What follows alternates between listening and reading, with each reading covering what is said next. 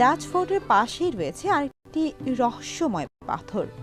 এই পাথরটি tiger rock নামেও পরিচিত।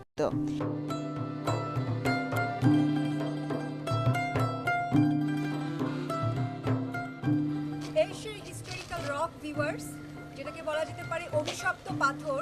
এখানে যে স্টোরি আছে যে একটা ডাচ বয়কে বাঘ মেরে ফেলেছিল এবং ওর স্মৃতিতে মেমোরিতে এই স্টোন এখানে রাখা হয় এবং এই স্টোনটা আস্তে আস্তে গ্রো হয়ে এটা আজকে এত বড় সাইজ হয়ে গেছে এবং এটাই সেই হিস্টোরিক্যাল রক বা স্যাক্রেড স্টোন এবং সত্যি বলা যেতে পারে যেটা একটা রহস্য। এই বিশাল গ্রানাইট পাথরটির গায়ে অঙ্কিত বাঘের ছবিটির জন্যই সম্ভবত এই নামটি রাখা হয়েছে। তবে এই পাথরটি নিয়ে ভিন্ন মত কিন্তু রয়েছে। মনে করা হয় স্থানীয় মালয়রা ডাচদের অত্যাচারে অতিষ্ঠ হয়ে একজন সম্ভ্রান্ত ডাচ পরিবারের একটি ছেলেকে অপহরণ করে এবং হত্যা করে। আর ডাচরা যখন ছেলেটির খোঁজ করছিল তখন স্থানীয়রা বানিয়ে বানিয়ে সেই বাঘের গল্পটি তাদেরকে বলেছে। আর সে কারণেই ডাচরা এই বাঘের ছবিটি এই পাথরে অঙ্কন করে।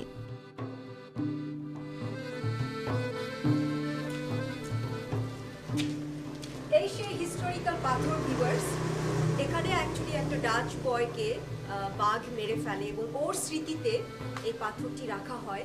তবে সবচেয়ে আশ্চর্য ব্যাপার যে পাথরটি অনেক ছোট ছিল, আজকে এই পাথরটি অনেক বড় হয়ে গেছে, এটা গ্রো করেছে। এটাই হিস্ট্রি অ্যান্ড অলসো মিস্ট্রি, রহস্য সবকিছুই এই সেই বিখ্যাত হিস্টোরিক্যাল স্যাক্রেড স্টোন।